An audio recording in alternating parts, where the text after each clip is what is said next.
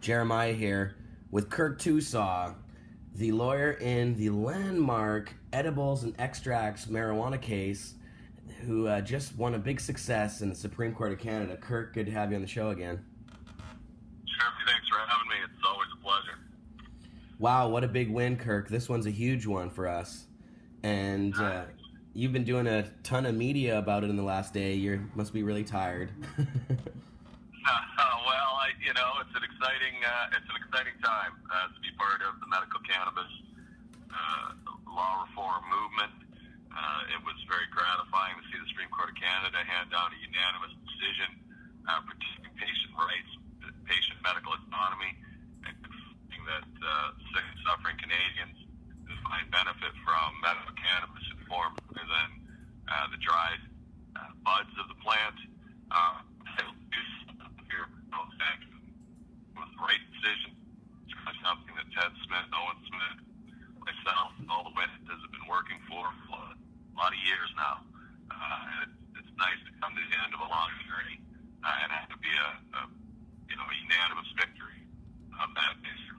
Right, and so this was unanimous amongst the 7 Supreme Court justices there. Can you tell us about what they ruled and their decision? Yeah, so the Supreme Court of Canada unanimously ruled that Mr. Smith had standing to challenge the law. The Crown had said that because he wasn't a patient or part of the MMAR that he shouldn't be allowed to even bring his constitutional challenge. They rejected that argument and confirmed that if a law is unconstitutional as to one person, it's constitutional as to every Canadian. So that has an impact that's going to spread beyond just this case. It confirms a long-standing constitutional principle of the supremacy of the Charter. The second and primary thing that they ruled is that Section 7 of the Charter is violated by the restriction to dried medical cannabis only. They said that basically forces patients to use methods of ingesting the medicinal compounds that are potentially more risky and less effective than edibles in certain cases. And they agreed with the findings of fact of the trial judge to the effect that medical cannabis actually has medicinal value, that its therapeutic potential is generally accepted despite the lack or purported lack of clinical trials confirming the medical value. They said everyone generally agrees it's got some medical value, and Health Canada even publishes a document that confirms the medical value for a variety of conditions. And they said because of that, it is arbitrary to force people in the more risky and less effective ways of ingesting the substance. Therefore, the Charter is violated, and those restrictions, that restriction to dried only, is invalid. And the court made the decision effective immediately. They didn't do what happens often in Charter cases, which is to give the government time to fix the problem. They said that's not good enough. Patients will continue to be criminalized while the government's trying to fix it, so we're actually going to make this effective immediately. And finally, and I think this is very significant, they did not tie their decision to the MMAR. They tied it to the Controlled Drugs and Substances Act, and so it applies to MMAR patients, it applies to MMPR patients, it applies to anyone that's medically authorized to possess cannabis for medical purposes. So really almost couldn't be more pleased with the decision and look forward to see what the ramifications are in the weeks and months to come. So let's talk about that. Really, what does this mean? I mean, at this point in Health Canada's MMPR system, we have the new licensed producers. Those licensed producers have been producing just the flowers themselves. So they will now be allowed to sell and send through the mail the extracts and edibles, things of that nature. No, I don't think so.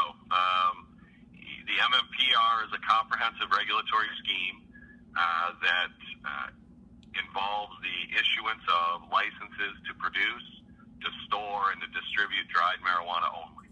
I think at this juncture, if an LP suddenly jumped into the extracts or edibles production and distribution business, they'd be violating the terms of their license, and they could face sanction from the Minister and from Health Canada.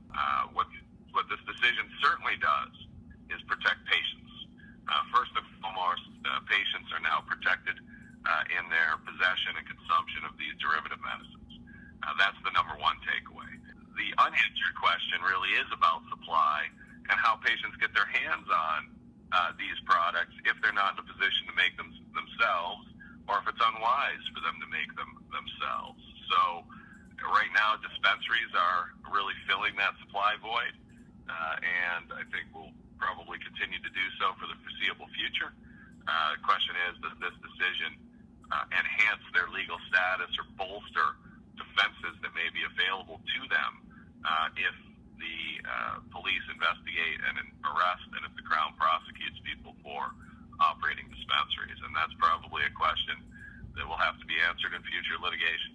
Mm-hmm. Well, because we know that the dispensaries themselves are completely illegal according to federal law. So does it really change the legal status of marijuana for the dispensaries at all, other than in court? Well, I think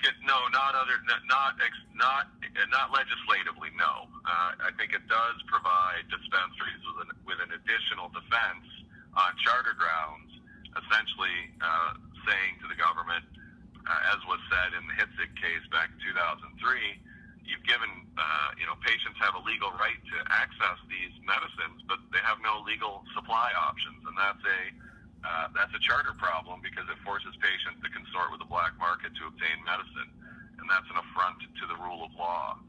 I think you're going to see dispensaries have additional because currently, and whether or not the federal government goes back to the drawing board and comes up with a regulated system for the production and distribution of edibles and extracts, I guess that's in the hands of the health minister. Mm-hmm. And the reason that the LPs wouldn't be allowed is because they're under stricter regulations. They are probably fearing the threat of having their license taken away completely by Health Canada. So, they could probably go out on a line the same way the dispensaries would. And, I mean, would they have the same kind of defense then that a dispensary would have in the same way? As in terms of a defense to criminal charges, I'd say yes. In terms of losing their regulatory privileges under the MMPR, that's another story entirely. And I suppose if LPs want to get an opinion as to that possibility or what they may or may not be able to make of this decision, they can always call me, and we'll see if I have some advice for them or not. Mm-hmm. So really at this point, it just means that patients themselves are free to extract hash, bake it into cookies, and do those things without threat of arrest or punishment. Yeah, I think there's a perhaps a further gray area that's arisen because of the lack of legitimate supply options for these products and medicines. What we do know for sure from the Supreme Court of Canada is that patients are protected, and how that protection plays out in the future and how it intersects with the existing regulatory schemes, the injunction that's protecting MMAR patients, and police enforcement going forward is something that is pretty unknown at this juncture. Mm-hmm. So, Kirk, I saw some of Rona Ambrose's reaction, the Health Canada minister. Now, you mentioned Health Canada actually has some documentation talking about the effectiveness of marijuana as a medicine. Now, according to Rona Ambrose, pot isn't effective or isn't proven to be a medicine.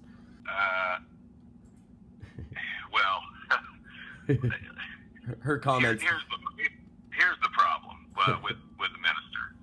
The minister doesn't know enough about medical cannabis to speak intelligently on the topic. She's a politician. She's not a medical health professional. And so, she is saying and towing the party line as you would expect someone in the Harper government to do. The Harper government has shown an utter disregard for science and empirical evidence on virtually every policy plank it's ever had, and this one's no different. So it's not surprising to hear these kinds of things, but it is disappointing. You would expect a little bit of class and a little bit of grace from a cabinet minister, railing against the courts, spouting unscientific nonsense about medical cannabis. We fought this battle in the courts for 5 years. You lost at every stage of court. Every judge that considered the issue, every justice that's considered the issue, has accepted the fact that medical cannabis has, I think the Supreme Court of Canada accepted it, it's generally accepted even by the government of Canada to have medicinal and therapeutic application. So, this is done. The debate is over on whether or not cannabis has medicinal value. Canada come up with a regulatory scheme that puts patients first and works for everyone, all Canadians, and ends this seemingly endless 15-year round of litigation, all of which, by the way, is funded by the taxpayer. I can't even begin to imagine how many millions of taxpayer dollars have been wasted by this government fighting against sick and suffering Canadians in the courts. And for what? To prevent them from consuming their lawfully possessed medical cannabis in edible or topical format? It's just not right. And I think we need to go back to the drawing board and give us a system that works. Mm-hmm. Now, when the decision was handed down, was there anything said specifically about the government going back to the drawing board and redesigning the system in the MMPR program? Do they have to do any of that stuff at all? Oh, they haven't commented on that. Other than I think the minister said that LPs are expected to abide by their MMPR obligations. So I think the government's position is that LPs are not entitled to produce these products and sell them to their clientele, which is consistent with the regulatory language. Whether or not the government is going to go back and amend the MMPR to allow these sales lawfully is anybody's guess. And I wouldn't want to even begin to put myself in their shoes and predict their behavior. Right. But they don't have to, according to the court. The court does not compel the government to take action. The court says that certain things are unconstitutional, and how the government responds to it is up to the government. Right. Now, Kirk, we have in Vancouver a public hearing going on. You spoke the other night. It was fantastic. A lot of really great comments from people in our community to the Vancouver City Council about their new proposed regulations for medical marijuana dispensaries in the city. How does this case affect what's going on in the city of Vancouver? Well, I think I think there are two takeaways for the city of Vancouver. The first is take a look at the findings of fact that were made by the trial judge and accepted by the Supreme Court of Canada. Those findings of fact came as a result of a contested hearing involving dozens of hours of expert testimony on the medicinal value of edibles and their relative safety and therapeutic effect. Those factual findings really undermine the fears that we've heard and are hearing in these debates brought forward by principally Vancouver Coastal Health, which otherwise does a fantastic job on so many drug policy issues that I'm really perplexed as to why it seems to have dug its heels in so hard on the edibles issue. It's unfortunately not a position that's really based in science, but it's really based in fear. And that's not the appropriate position from which to draw public policy. So I think, first and foremost, let's look at the facts. Secondly, let's understand that right now dispensaries are the only place that people are getting these medicines.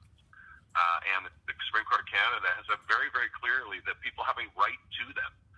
So I certainly would urge the city of Vancouver to understand that there is an incredible demand by very sick people to have access to these products. And the solution is not to send them home with a jar of cooking oil and expect them to bake them for themselves. That, in fact, will cause problems rather than prevent them. And so I just don't think it's good public policy. Otherwise, I wholly support the city of Vancouver's attempts to regulate the dispensary industry. The dispensaries have been asking for regulation since they began more than a decade ago. And so it's nice to see the city stepping up and doing that. It's just, as with any regulation in any complex area, there's going to be some places where the bylaw can be tweaked, and I was privileged to have an opportunity to share my thoughts with council last night. One of the points that was brought up was that the council itself at this point is trying not to regulate what's actually happening in the dispensaries. They're trying to regulate the dispensaries as a whole, and that's how they're kind of avoiding the whole federal prohibition idea.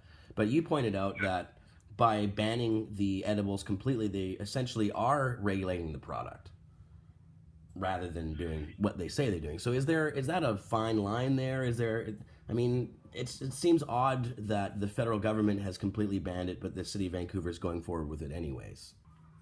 It's an odd situation. All I could say is that, as these things develop, we're going to have opportunities to have some influence, and I think we ought to take those opportunities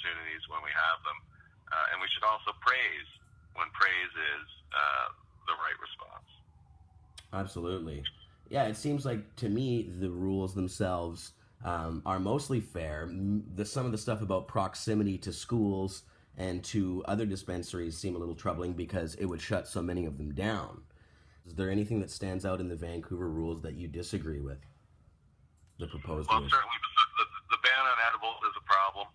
The second problem I see is that the location restrictions are going to force a lot of long-standing dispensaries with proven track records of being positive community members to potentially have to shut down. I think there needs to be some discretion to allow dispensaries with those kinds of proven track records and community support in their local community to provide local access to their clientele. I think that that's very important. There are a couple of quibbles here and there with some of the nitty-gritty, but those are the two issues that I think I have a primary disagreement with. Great. Well, Kirk, thanks for all the hard work. Amazing stuff going on. I guess next up now is Allard. Decisions coming down in the Allard case, which you've been working on as well. So more exciting things to come. Yeah, for sure. And this is going to help Allard. I think this decision of Smith's going to help Allard, and remains to be seen how. But I've got to do some thinking about that in the days and weeks to come. Do you have any thoughts on that? How does it relate? Well, I think there's a couple of important points. One is that the court clarified that regulations that cause harm instead of preventing harm are arbitrary. We think we demonstrated pretty clearly that taking away people's rights to grow for themselves causes harm, doesn't prevent harm. Therefore, it's arbitrary. Secondly, there was the direct linkage of the arbitrariness in Section 7 to the Controlled Drugs and Substances Act rather than any particular regulatory scheme. I think that helps us. And finally, we did argue in Allard, one of the problems with the MMPR is this continued ban in dried, non-dried forms of cannabis, and the Supreme Court of Canada has confirmed that that is a constitutional violation. So I think that that helps us.